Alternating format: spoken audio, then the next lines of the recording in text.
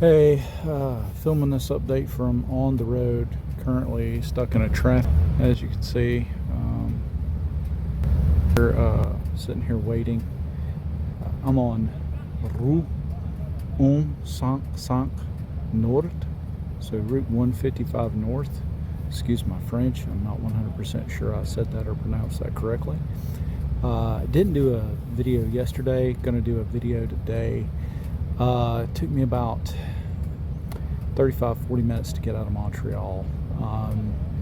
It looks like an interstate. It was Route 40 Est, headed east out of the city, linked in with Route 155 headed north. Thus far, it's been absolutely gorgeous. Can't really tell it right now, but there's a river over here, and oh, we have cars coming. So I think my video is about to end, but this happens a lot. The great thing about being in Canada is they've really got their road work sorted out. So you know that you can stop for a few seconds, rest, get off the bike, do what you got to do, maybe even take your helmet off, set up your stuff while you wait for traffic to go.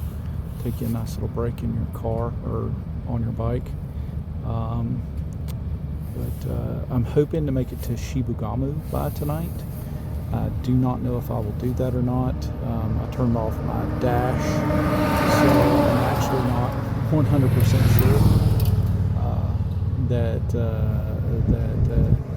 I think it was 278 miles right now. I don't know what that is in kilometers because I just kept everything on miles this time. All right, well, I will check in with y'all later.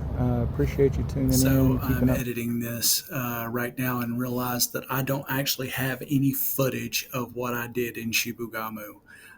So what I'm going to do, if you'll bear with me, I'm going to show you the hotel I first went to, which was full. There were a lot of miners in town at the time, getting ready for work and setting up work and stuff. And then I'll show you the hotel that I moved to, and then I'll come back and discuss with you the actual benefits of the second hotel I stayed at. Okay, first we have the Hotel Motel Nordic, which, if you're coming from the south on 167, will probably be the first hotel that you see on the right. It was the first hotel that I saw, and that's where I stopped. Assuming, to my detriment, that in this increasingly rural area of northern Quebec, I would be able to easily find a room. Much to my surprise, the hotel was completely booked, so I had no choice but to continue on. This was problematic because I'd already been on the bike for a long period of time. Now, for those of you who are not interested in driving the 694 kilometers or 431 miles from Montreal to Chibougamau in one fell trip, there were accommodations in Roberval, which is 439 kilometers or 272 miles north of Montreal, and Saint Felicien, which was 464 kilometers or 288 miles north. Honestly, I'm going to tell you, in retrospect, I kind of wish that I'd stopped there instead of trekking all the way to Chibougamau. But I was feeling a time constraint at this point in my journey and felt like I needed to ride as many hours a day as I possibly could. And that was probably spurred upon by the significant amount of delays that I faced due to road construction. So I eventually ended up here at Hotel Chibougamau. It was the end of a very long 8+ hour day. I do feel like it's necessary to say that while I enjoyed this particular hotel, I got a comfortable night's sleep. It was quite obvious that the hotel is there and exists for traveling workers who work in the local mine.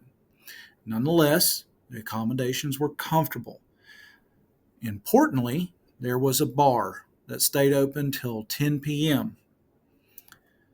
I believe they're summer hours. The front desk staff spoke English, and oh, such a relief. The kitchen was open till 9 p.m. because I was starving. I was able to get some decent food while I was there, and that was a blessing. If I had anything negative to say about the hotel, it was the same complaint that I have about most of the hotels that I stayed at in Canada. There is no luggage cart. So if you're carrying your motorcycle luggage and don't feel secure leaving your motorcycle luggage on your motorcycle, you will be making multiple trips up several flights of stairs to store your equipment in your room with no assistance from an elevator or a luggage cart. Well, folks, that's all I've got for you at this time. I'm still figuring out this clip champ. In my next video, I will be discussing my trip from Chibougamau, Quebec to Radisson, Quebec. This is kind of where the adventure actually begins. This is where I hit the gravel road, Route du Nord. I took that up to Nemaskau Camp, which is an essential gas stop. And then out of there, I took East Main. We'll discuss the route next time. But I hit about 200 miles of dirt. I didn't realize at the time this is one of the roads that the Quebecois they ride pretty frequently on like week-long adventures. They take out of the city from Quebec and Montreal. And like I said, we'll discuss that next time. But I would like to remind you that I do have a Facebook page. It's less active than it used to be, but I'm trying to get back into this. You can check that out if you'd like. It's called Lost in the Bush. I also have Instagram and TikTok. Please don't forget to like and subscribe. And I'm supposed to tell you to like hit that little bell icon thing. It's supposed to let you know when I come out with new videos so you don't miss them. I still consider this to be a pretty small YouTube channel. I think today when I checked, I'm at 264 subscribers and growing. I'm very pleased with that. I think that they say that you should really focus on getting those first 200 videos out. I think I'm at like 94. So I'm about halfway through the amount of videos that I'm supposed to have before I get to my magical 500 subscribers. And I've got about half the amount of subscribers I need. So I feel like we're pretty much on course. I'm very pleased, and I would like to thank you for that. Thank you for tuning in, and I will see you in my next video.